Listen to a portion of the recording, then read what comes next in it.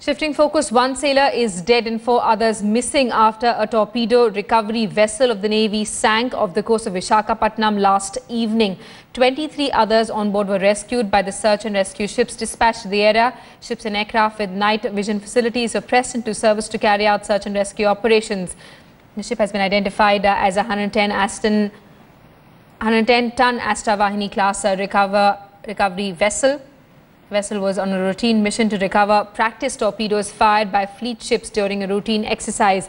A board of inquiry has been ordered, but initial reports suggest the vessel started sinking due to flooding in one of its compartments. Let's get in a word with our Deputy Editor Shiv Arur, who's with us live this morning. Shiv, a court of inquiry has been ordered, a routine exercise ending in tragedy. Well, this incident happened on Thursday night at about 8 o'clock. This ship called the A-72 was on one of its primary missions. Everything was routine, everything was normal, the weather was fine, to recover practice torpedoes that were fired during an armament exercise by ships of the Eastern Fleet.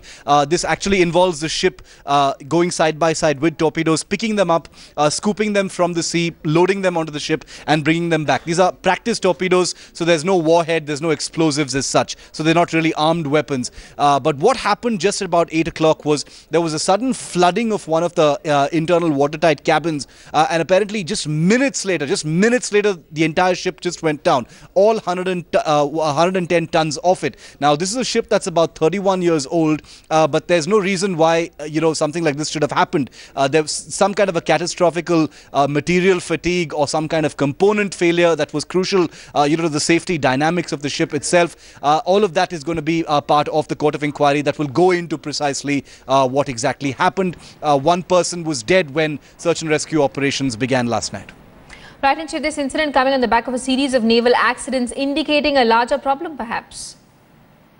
Well, as far as this particular accident is concerned, the Board of Inquiry will go into precisely what happened. Was there some kind of, a maintenance failure?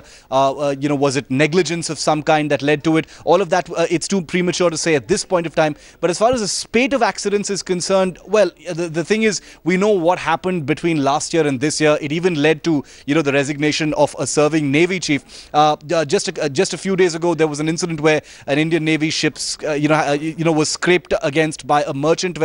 This happened off the coast of Vishakapatnam once again. The Navy is seized of the fact that there have been, incidents of this kind at a frequency that simply isn't comforting at all. It points to possible training, training anomalies. It points to possible negligence. It points to possible, lack of standard operating procedure. But all of this is part of a larger study by the Navy to look into precisely what's going wrong. Some of these incidents are minor, they happen at sea, but some of these incidents, like where a ship hits against another ship at sea, or in this particular incident where the ship has actually sunk, is simply unacceptable. No Navy, particularly the Indian Navy, would be willing to accept something like that as routine.